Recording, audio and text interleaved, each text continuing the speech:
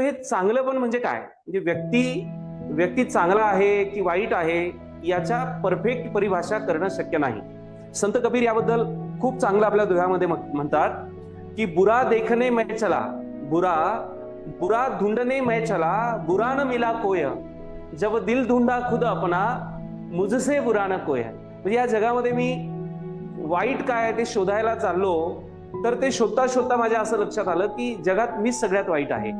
So कुठलीही गोष्ट योग्य किंवा अयोग्य ही परफेक्ट असू शकत नाही. म्हणजे माझ्या दृष्टीने एखादी गोष्ट योग्य असू शकते, ती इतरांच्या दृष्टीनं अयोग्य सुद्धा असू शकते.